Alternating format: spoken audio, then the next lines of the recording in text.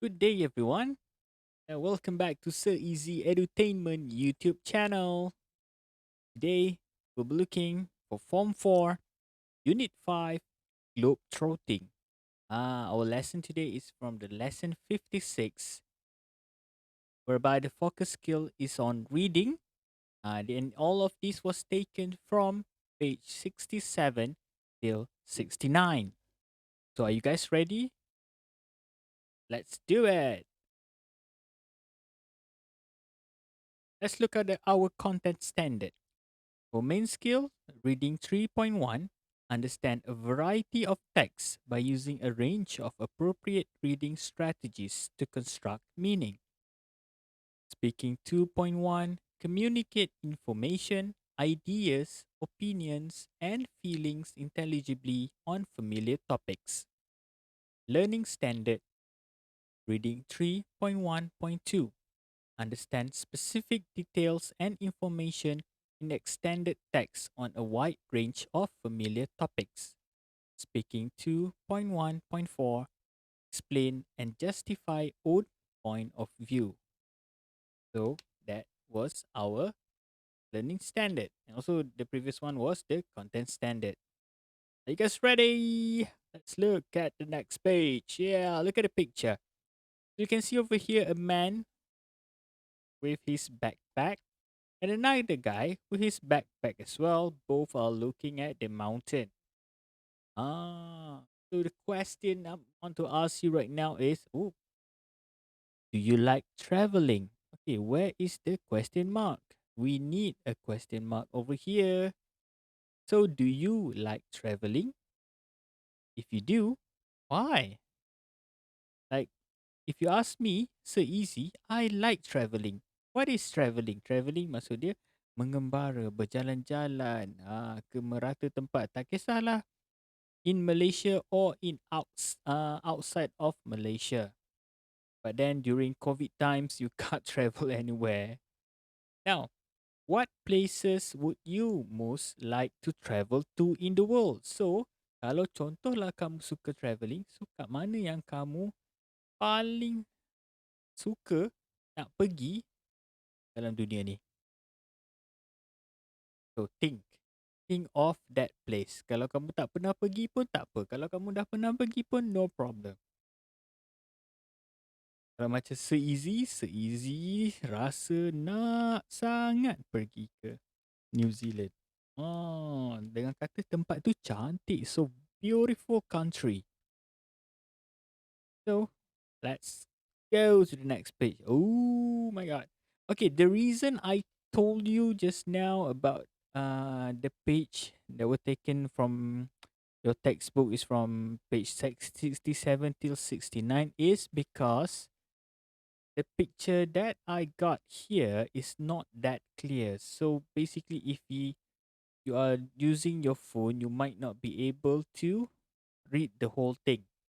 Okay, so if possible, kalau boleh tolong ambil buku teks kamu dan pergi ke muka surat 68 untuk kamu tengok karangan ni. Okay, so we are going to listen and choose the best title.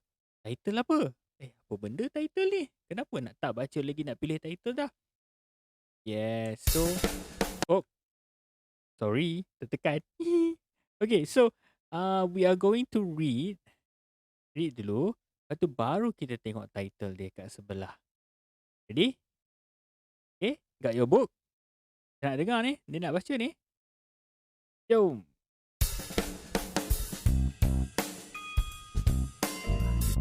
Module 5 Globetrotting 5A Read B. Read the text quickly and choose the best title, A, B or C. When British explorer Ed Stafford announced that he wanted to become the first person to walk the 4,000-mile length of the Amazon from source to sea, most people said that he could not do it. They said there was no way any human could survive such a long and dangerous journey. This made Stafford even more determined to prove them wrong.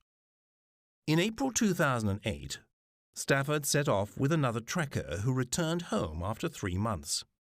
Stafford continued and was joined by a Peruvian forester, Cho, who stayed with him until the end. Stafford had estimated that it would take him a year to complete the journey. However, by the time he reached the Atlantic Ocean, on the other side of the continent, he had been walking continuously for 860 days. Throughout the expedition, he had to carry 40 kilos on his back, which required a lot of strength. A lot of this weight was batteries for his satellite video phone and laptop, which he used to write a blog of his experiences. Along the way, Stafford faced many dangers and challenges. He and Cho often had to cross swamps and rivers with only small inflatable rafts. They came across giant poisonous snakes, electric eels, jaguars, crocodiles, monkeys, and many dangerous insects. They were continuously attacked by mosquitoes, and Stafford was stung twice by scorpions during the journey. A fly buried itself into his head, and he also suffered a tropical skin disease. Sometimes they were forced to survive by eating whatever they could hunt or find. Their diet sometimes consisted of plants, piranha fish, wild cats, and even tortoises. Some of the dangers they faced were from humans. The maps they used were often unreliable, and on several occasions they arrived at areas to get supplies and found that logging companies had completely cleared them away.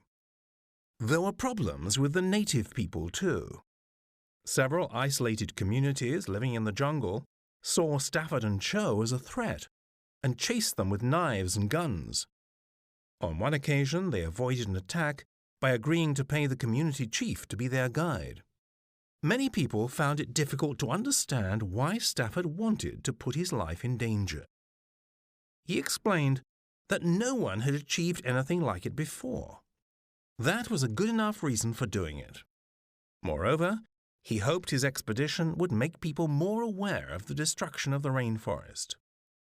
Sometimes wanting to be a record breaker and the need for adventure can push people to incredible achievements. If that can also help a good cause, it makes it even more remarkable. Okay. Now, let's look at the title. Yes, Exploring the Amazon. Ed Stafford Amazing Journey Across the Amazon River. So dia kata kat sini mengembara ke Amazon. Ed Stafford mengembara menyeberangi sungai Amazon. B. Amazon Adventure. One man tries to save the rainforest. Jadi dia kata title yang kat sini adalah seorang lelaki cuba untuk menyelamatkan hutan hujan Amazon. C. Walking the Amazon, The Incredible Story of Ed Stafford. Cerita yang menakjubkan tentang Ed Stafford. So, pilih tajuk anda. Berdasarkan apa yang anda dengar tadi tu, apa tajuk yang sesuai ya? Okay. Once you are done, let's move on to the next activity. So, kalau kata ada masalah, you can go back. Boleh reverse balik, kita klik balik ke timeline yang sebelum ni untuk dengar semula kata petikan tadi tu. So, for comprehension. When Stafford said that he was going to walk the Amazon, people thought that. Okay, so untuk soalan yang ni, Seizi akan tolong translate for you guys. Seizi tak boleh nak translate yang tadi sebab panjang sangat tu sebenarnya tu. Tapi untuk yang ni, Seizi akan cuba translate untuk kamu semua. So, number one. Apabila Stafford kata yang dia nak berjalan Amazon tu lah kan. Orang fikir yang A. He was strong enough to achieve it. Dia cukup kuat untuk berjaya. B. He would die if he tried to do it. Dia akan mati kalau dia cuba buat. C. He was brave enough to try. Dia berani untuk mencuba. Dan D. If he was determined he would succeed. Kalau dia bersungguh-sungguh, dia akan berjaya. Jadi orang fikir apa sebenarnya apa yang kamu dengar tadi tu? Number 2. What is not true about Stafford's journey? Apa yang tak betul Tak betul. Okey, bila kita nak baca mana-mana soalan, pastikan kamu tengok perkataan yang dia gelapkan tu. Jadi, apakah yang tidak betul tentang perjalanan Stafford ni? A. It took him longer than he expected. Ia mengambil masa lebih lama dari apa yang dia sangkakan. B. A Peruvian was with him for most of his journey. Seorang rakyat Peruvian lah, orang Peru ni, Peru, bersama dengan dia untuk sepanjang perjalanan dia lah. Untuk kebanyakan, boleh kata for most ni bukan kesemua lah, tapi lebih daripada 80% perjalanan dia. C. The batteries he had to carry weighed 40 kilogram. Bateri yang dia perlu bawa berat dia 40 kilo. The person he started off with didn't complete the challenge. Orang yang dia mula sekali berjalan dengan Ed Stafford ni tak habis pun cabaran ni. So, mana satu jawapan dia? Number 3. What was the cause of Stafford's skin disease? Apakah punca? Cause adalah punca, ya. Ingat punca penyakit, disease, skin, kulit. Penyakit kulit Stafford, apa punca dia? A scorpion. Scorpion, kala jengking. Kala jengking tu yang mana? Yang ada ekor, lepas tu dia tajam tu. Okay. B, a fly. Fly, lalat. C, his diet. Maksud dia pemakanan dia. D, it is not clearly mentioned. D kata dia tak bagi tahu pun detail. Dia tak bagi tahu secara detail pun. Number 4. How did a community chief help Stafford and Cho? Macam manakah ketua komuniti tu tolong Stafford dan juga Cho tu? A. He showed them where to go. Dia tunjuk kat mana nak pergi. B. He agreed to stop the attacks if they left. Dia bersetuju untuk berhentikan serangan kalau mereka, Stafford dan Cho pergi. C. He explained to isolated communities that they weren't a threat. Maksud dia terangkan kepada komuniti tu, orang-orang tu yang isolated ni, maksud dia terkurung sendiri, dia tak kenal dengan dunia luar. Orang asli kat kawasan tu. Jadi ketua tu tolong terangkan kat diorang tu, kata yang Stafford and Cho ni bukanlah ancaman, bukan orang jahat. D. He paid the native people so that they wouldn't harm them. D kata dia bayar orang native people tu, orang asli tu, supaya mereka tidak mencederakan Stafford dan Cho. Okay, number 5. What was the main reason, sebab utama that made Stafford go on this expedition, yang menyebabkan Stafford pergi untuk ekspedisi ni? A. He wanted to be the first to walk the Amazon. Dia nak jadi yang pertama untuk berjalan di Amazon ni lah. Dan Amazon ni tak ada orang lagi berjalan zaman tu. B. He wanted to save the rainforest from destruction. Dia nak menyelamatkan hutan hujan tu daripada kerosakan. Orang yang datang deforestation ke, dia tebang pokok semua ni ke, macam-macam lah orang buat. C. People believe he couldn't do it. Orang percaya yang dia tak boleh buat pun, sebab tu dia nak buat. D. He needed to prove something to himself. Dia perlu membuktikan sesuatu kepada diri dia. Jadi sebab apakah punca utama daripada apa yang kamu dengar tadi? Apakah punca utama? Dia buat semua ni.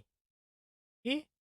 So, cuba jawab soalan ni dan hantar jawapan kamu ke guru kamu. Okay? Senang je kan? Comprehension je. Next. So easy. Want you to think. Think for a bit.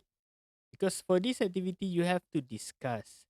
So, if you have a friend, you can call them. Or if you don't want to call them, you can text them using WhatsApp or Telegram or any social media platform. Or you can also send them a voice note. Hantar je suara voice note tu kat kawan kamu, bincang, ajak bincang. Now, the question is, kamu fikir would you like to try what Ed Stafford did? Kamu nak try tak? Berjalan cross Amazon tu. Amazon ni hutan yang sangat besar. Dia besar besar sangat-sangat lah, dengan bahaya lah, ada ular lah apa semua lah. Pendek kata macam kamu nak masuk hutan lah. Nak ke kamu masuk hutan macam tu? Yang tak tahu hala tuju macam mana. Kalau nak, why? Or why not? Next. Do you know of any other people who have been on incredible expedition? Kamu tahu tak siapa-siapa yang mungkin kamu kenal ataupun kamu pernah baca tentang seseorang yang dah pergi mengembara, pengembaraan yang sangat hebat lah. Pengembaraan macam mana, se-easy pun tak pasti. Tapi yang mungkin hebat, dia pergi mana? Ke bulan ke planet Mars ke, ataupun dia masuk ke dasar laut ke. Next. 3. What can the achievement of Ed Stafford teach us? Yang ni yang penting. Yang se-easy nak tanya kamu semua. Apakah kejayaan, apakah yang cerita ni, berdasarkan kejayaan Ed Stafford ni dan cerita ni, boleh memberi pengajaran kepada kita? Apakah pengajaran yang kita dapat setelah kita baca kisah Ed Stafford ni? Daripada awal sampai dia berjaya. Dah. Alright. Since tadi pendek sangat, so kita tambah sikit extra activity, which is the vocabulary. You have time, ample time untuk buat benda ni. So, complete the table with nouns that refer to people. Use the words in the box and a suitable suffix. Make any necessary changes. Okay, so untuk macam tadi saya easy kata, make sure you look back in your textbook sebab yang ada kat sini tak clear. So, apa yang perlu kamu buat adalah, dia bagi perkataan kat sini semua, kamu kena letakkan dia, imbuhan suffix ni, imbuhan akhir. Kamu kena letakkan dia tambah imbuhan akhir. Tapi imbuhan akhir yang mana? Contoh dia, travel. Travel dia tak boleh duduk kat OR, dia tak boleh duduk kat IST. Dia kena ER. Jadi, traveller. Tambah L. Sebab tu dia kata kat sini, make any necessary changes. Kalau kamu kena ubah perkataan atau tambah perkataan, tambah huruf ataupun ubah huruf, letak tambah saja kat sini. Tapi, pasti dia semua perkataan ni akan bertukar menjadi noun ataupun kata nama yang merujuk kepada orang. Orang, ingat tu Contoh dia, travel. Travel tu mengembara, berjalan ke apa semua ni. Dia jadi traveller, pengembara. Visit, melawat. Bukan orang kan? Kalau kita tambah OR jadi visitor, pelawat. Kalau bahasa Melayu kita daripada melawat jadi pelawat. Jadi macam tu. Kalau kata visit jadi visitor. Reception. Reception ni macam yang kat depan tu lah. Yang counter depan hadapan tu. Yang kerja dekat situ adalah receptionist. Okay, so inspect. Inspect ni dia tolong check lah. Dia semak, dia siasat ke apa semua ni. Jadi yang mana satu? ER, OR, EIST. Art. Art tu seni. Hike. Hike tu maksud dia daki. Bukan daki kotor mendaki. Hunt. Buru. Science. Lain lah. Select. Senang saja kumpul. Track. Track ni apa? Track Track laluan. Survive. Survive apa? Kamu pernah tengok, mungkin kamu pernah tengok perkataan tu. Dia ada dekat rancangan TV. Jawapan dia. Tapi se-easy tak nak cakap lah yang tu. Sebab ini macam, alah kalau cakap lagi semua orang tahu. Next, cycle. Cycle ni kayu basikal lah. Explore. Kembara lagi. Instruct. mengarah report, laporan ataupun melaporkan hairstyle. Hairstyle ni maksud dia rambut kamu macam mana lah, style rambut kamu. Compete, bertanding. Biologi, bahasa Melayu pun biologi juga. So, semua ni ada actually dalam dictionary. Kalau kamu nak mudah, se-easy nak ajar kamu satu teknik yang paling mudah menggunakan dictionary ataupun Google. Okey, kalau kamu nak cari dengan mudah, kamu dalam Google kamu boleh type noun, kemudian kamu tulis travel, visit, reception, apa semua kat depan tu. Ataupun kalau kamu ada dictionary tepi kamu, senang sahaja cari setiap perkataan ni dalam dictionary kamu dan akan ada perkataan ni yang tambah ER, OR atau IST. Dia perkataan tu digelapkan ataupun dalam warna yang berbeza. Okay. Tapi untuk sesetengah dictionary tak ada. Tapi dictionary yang besar ataupun tebal sikit tu usually ada semua tu. So basically that's it. Thank you very much guys for watching.